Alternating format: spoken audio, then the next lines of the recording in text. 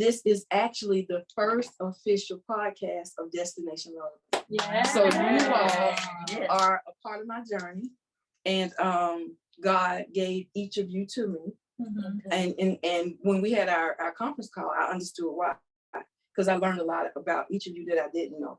And then in learning that our stories connected, your stories connected to mine, and I was like, okay, I get it.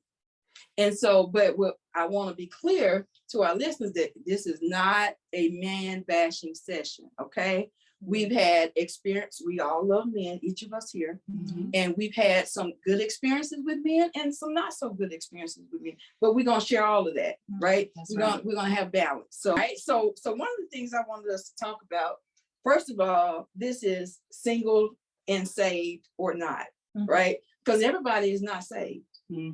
But everybody can learn from what we have to talk about. And so we don't want anyone to feel excluded just because we're saved and they may not be. And our journey potentially could help them desire to be saved. So thank you again for being here. So one of the things I want to talk about is how do we manage living as single women without compromising our spiritual integrity? For example, how do you have a relationship and deal with fornication? That's a hard one. And that's good. I mean, let's tell the truth. It's difficult. It's difficult. Fornicator I have been, yeah. Right. It is difficult, and especially in this day and time, because a lot of men aren't legal. Right. Some choose to, some don't. I will try. Don't say it always work, but it is difficult. It really is difficult, especially if you've always done it a certain way. You know, you tried a certain way, and then you want to remain that way. But when it comes to, I'm not gonna say it's always a man, but sometimes you do. When you fall in love, everything is different then. Right. You're looking through a different lens, and so it has not for me. I started out that way and haven't always worked that way. So, I good luck, because I really don't know. I don't have an answer for that as far as how not to. Well, I'll pick up the torch. Yeah. I'll pick the torch up though. Yeah. Not that I got all the answers, but thank you for your honesty though. Yes. I appreciate that. Yes. I appreciate that. And that's why I'm so excited. And I just want to say thank you, Minister Lucy, for having me and for putting this together. Because really conversation is needed. And I feel like this is a platform where we can be real. Right. Yes. Right.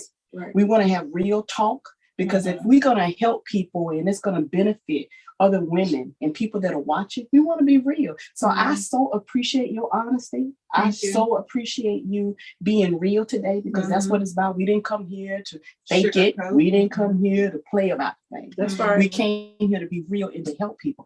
So I can relate, Veronica, and today, but I say that you can do it. It is hard. It is hard. Yeah. But we can do it with Christ. And I know that's like the nice sugarcoat answer, but it is true. It is true. Yeah. With Christ, you can stay a woman of integrity, a woman of God, because when you understand your value and when you understand who you are and whose you are, you can do it. And you want to do it because the goal is you want to please God. That's right. And when you understand that, you got to stand before Jesus and he's going to say, Jennifer, that night, that day, I'm just saying, you got to stand before him. And when you know that you have to stand before Jesus, then it kind of makes you say, and then this is what I say to myself all the time, y'all.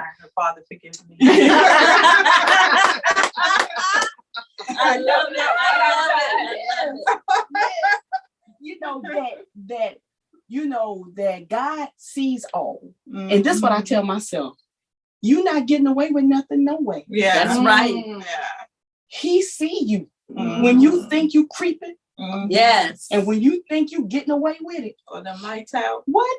He still see you. Right. So that's what I say. I know you're not getting away with anything. And so when you understand that God is real, and when you understand that, you know that you're not getting away with anything. So if you creep and you fornicate, now at the same time, if you fall, he said that we're going to fall. That's right. He already told us in the word that you're going to fall. But he said, if you fall, you know, if you fall, then you can call on him. You can repent. You can get it right. You can clean it up, you know, and you can go to your daddy and say, Lord, help me. You know, I need you. And I've been in that place. I've been there, you know, but now it's like, I don't even want to, you know, we put it on the men. We're going to put it on the men because they're the ones who kind of push us. And, you know, I love you, you know, if you don't love me, if you don't do this and all that stuff. But now, you know, when you know who you are, it's like, no, I have some standards for myself. And so I encourage women to have a standard for themselves, have, you know, be a woman of integrity because we know we got to please God. Yeah. Wow, that was very powerful. Thank you both for sharing and being candid because that's the key. And you're right. It is hard. And then you're right. It can be done. It can be done. And so I can speak from both sides of that coin. I can honestly say I've been divorced for quite some time, and I've been single. I moved here, it's going on 6 years now. And I can say almost the majority of that time, I haven't been celibate. And and that's been a challenge because I'm not from here and I don't have family here. So I'm alone. And you talking about being alone, baby. Everybody, what, you know, like on TikTok, they say they want to date me until they know she ain't putting out. She don't care. That's right. She love the Lord. That's right. And so it doesn't always feel good, right? I don't understand it all the time. Why I'm like, Lord, why about myself? But I'm okay with that. Yes. I learned how to love me. I learned how to spend time with me. Right now at my house, I like looking at my Christmas decorations so they still up. Not because I don't want to take, I hadn't taken them down. I don't want to take them down. So, and being single, I don't have to hear nobody saying, why you still got that Christmas decoration up? Why you da. Well, it's okay because that works for me. I mean, set the standard too when it goes into dating. You know, I'm not doing this or I'm not doing that. And it even on social media, like I'm sure everybody have men trying to talk to him, like in your DMs, trying to get to you. Right. But one thing that I've noticed about me that I love is you're not going to come in my DM and think you can say this and you're going to get to me. Right. And so when you put stuff on your social media page, you kind of like setting that standard with That's type of right. person you are. That's right. And so the type of guys that I've had coming in my DM are respectful. How you doing, beautiful, or queen, or you know, stuff like that. Right. I've had one guy in the past that jumped off with the mouth, but we no longer follow each other. But I think you have to set that standard, not just social media, but in life. That's you right. know, and if that person can't relate to or get what you're trying to say as far as valuing yourself and knowing your worth, then he's not for you. That's you know, right. Because you know. So that we can have some balance in this discussion, Miss Valerie. Mm-hmm. So when you think back on being single, Yes. how did you make that work for you and it lead to you now being married? It was difficult, I can say, because I watched a lot of my single friends get married prior to me with kids and everything. And I'm thinking, Lord, why I can't find a man or whatever. But I had made up my mind. Once again, I set a standard for myself. And I just made up my mind, well, it's me and you, go. Until. And so even when I met my husband, it was so crazy. He wasn't looking to really date nobody, and neither was I. So it really, we were able to get a friendship before we ever became, you know, lovers or whatever. And it was good because he knew I was a praying woman. He knew I was in church. He knew what I was doing. And I didn't really know the things that he may have been doing, but I wasn't really interested like that. So I wasn't, what they say, checking for him. You know, that's the new words or whatever. So it gave me great balance. And one of the things that I learned, and I used to talk to my grandmother about this, when you're single, you're supposed to be at God's foot. You know, you're supposed to lay there with God so you can learn, and he can teach you how to be a wife. Because those are some of the things that I learned when being single, is how to be a wife. I watched a lot of married people. I was around married, saved couples and watched how they did things and how they maneuvered. So God was actually preparing me. I didn't realize it at the time that that's what he was doing. Wow. But I watched how their interaction, how they, loved on one another and how they were friends with one another. And I'll tell you, the couples that I watched are still together. You know, I have one friend, they just made, I want to say 42, 43 years. The other friend, their anniversary is getting ready to come up. And I want to say they're close to 40. They're like 35, 36. And my pastor and his wife, I think they're close to 50 now. I mean, it's, so the people that were modeling for me are still together. And I thank God for that I used married people as my role models, not to be all over the place. I wasn't like looking for the right man every day. You know what I'm saying? And I just allowed God to allow it to happen. And so that's what I would say for me. Now, before all that, you don't want to hear that. But I think we kind of touched on this a little bit. But I want us to kind of go a little deeper in how do you overcome wanting to be in a relationship? What is your strategy for getting to that place where you're okay? You know what? I'm okay with me. Yeah, I had to. The closer I got to God, the more I wasn't so concerned about not being in a relationship, because I was like, no, this person's not. I've been engaged twice. I'm the runaway bride. So, but it was, it just wasn't for me. But what I've learned in this season, the closer I've gotten to God, the further I've pushed myself away from trying to have that relationship and just waiting on God to place that person before me, because I know when he chooses that one, it's going to be the right one.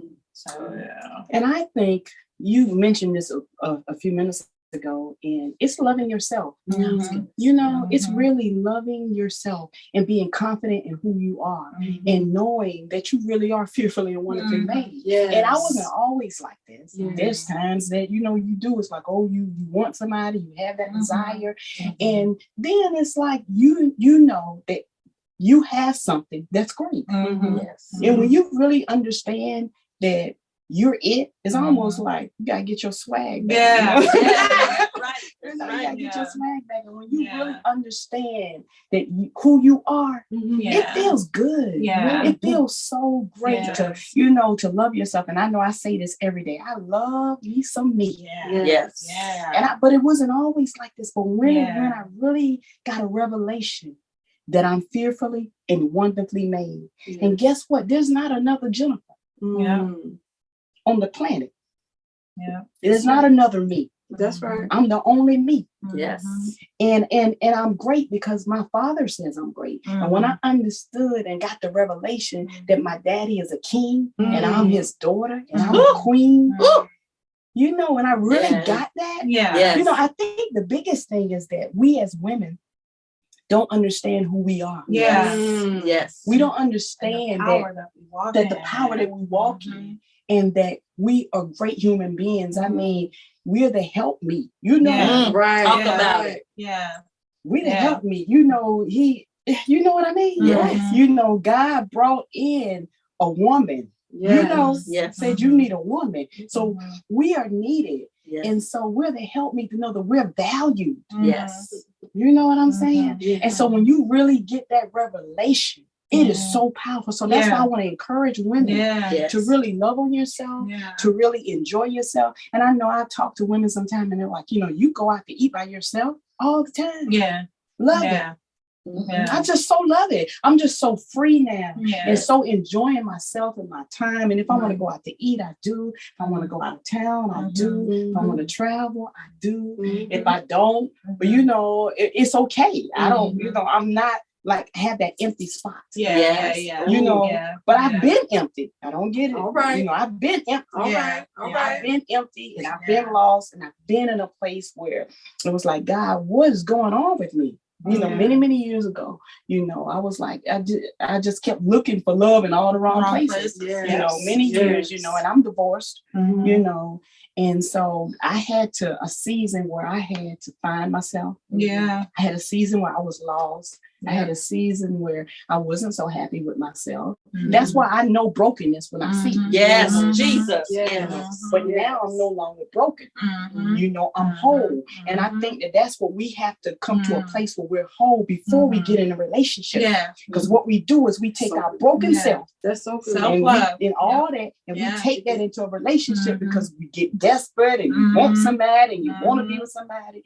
And all that's fine. Yeah. But like Veronica said, you want to wait on who God has for you. That's And Yeah. the other big thing is, more than anything now, I want his will, That's it. not mine. That's I bump it. my head enough. That's I it. got some knots back there. You That's know, but it. That's I it. bump my head enough. So That's it. now I want the will of the Father. That's And it. I think that when we get to that, That's it. then That's it. You ladies are off the chain. So you said something, Jennifer, that's powerful. I want the will of the Father. Mhm. But I learned for me, mhm. I used to say that and I would stop there, but I learned that he has a divine will and a permissive will. Mhm. And so I had to change for me and say, Lord, give me your divine will. Mm. Because That's he'll good. allow me. And he has allowed me. I'm Yes. gonna let you go on over there, Yes, spend he the night. will. Go on over Mhm. there and spend the night. Mhm. I'm gonna let you go over there, but I'm gonna cover you. Yeah. Jesus. So when you leave there, Mhm. you ain't gonna leave with everything you could have left. Come on. So I think it's important that that people understand that there is a divine will Right. and there's a permissive will. Mhm. And in this season of my life, I'm after the divine. That's Mhm. right. I can't. That's I- right. Y'all, you can That's have right. the permissive. Come on. You That's know, it. you can have the permissive. Oh, you take me to lunch, you take me to dinner, but then Yeah. when I said, well, it's getting late. Yeah. You gotta go home. Mhm. Amen. Everybody needs to be at their own house when it's time to go Mhm. to sleep. See, And, and it took me a minute to get there because I Mhm. lost. I'm gonna tell you, I got a divorce. I lost my mother. I lost my career as I had known it Mhm. because of, that's another podcast. Mhm. But I got sick, all of that Yeah. in 18 months. Mhm. Wow. 18 months. So I was so broken. You talk about broken. I had to force myself to lean into my faith because Mm. that was all I had left. Mhm. Lord, you took my mother. My mama raised me and prepared me for a lot of things in life. And I used to say she didn't prepare me to live without her, but actually she did. Yes. you did. Because Yeah, that's I'm good. able to continue to go on Mhm. and press on because she taught me about the Lord. Mhm. Right. Wow. And so I got saved when I was 12 years old. So I would be telling a lie that when I came into my womanhood and started knowing myself until this day that I hadn't fornicated or I had to be completely transparent, entertained a man that was married unbeknownst to me. Mhm. Right. Right. So I have had enough of permissive wills in my life. Mhm. And I also know that there comes a point, we don't know what that point is, but there's a point where God says, okay, enough is enough. Mhm. And so I didn't want to keep pushing that or kicking that can down the road because, tomorrow is not promised. That's right. And so you two said some other powerful things. You said that we're fearfully and wonderfully made and knowing who we are. So now that we know all that about ourselves as women, Mhm. and three of us are single, how do we know that and not be jealous of you? How do I know that I'm fearfully and wonderfully made, and you fearfully and wonderfully made, and you fearfully and wonderfully made, but it's three of us, it ain't but one man? How we operate those dynamics and still love one another and not be jealous?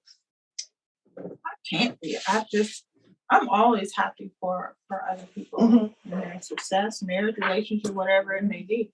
I'm always happy, especially for sisters, especially for us, Mm-hmm. because we've been bashed for so long, and even sometimes by our own, Mm-hmm. you know. So I'm always happy, whether you get them in, and I'm still waiting on God, because I know what He has for me is just for me, and what's for you is for you, and what's for Jennifer is for Jennifer, and I can't be mad. I can't be. Yes. I won't. Yes. Yeah. And jealousy is really That's stupid to me. Mhm. I mean, I just put it out there. It's Yeah. stupid because kind of like Veronica said, I don't want your man. Yeah. I mean, I'm just saying, Yeah. I don't want nobody else man. Your man is safe with me. Yeah. I don't even want your man. I think about it like, what am I gonna do with your man? Yeah. He's That's yours. That's right. I want my own man. Yeah. I want what's for me, Jennifer.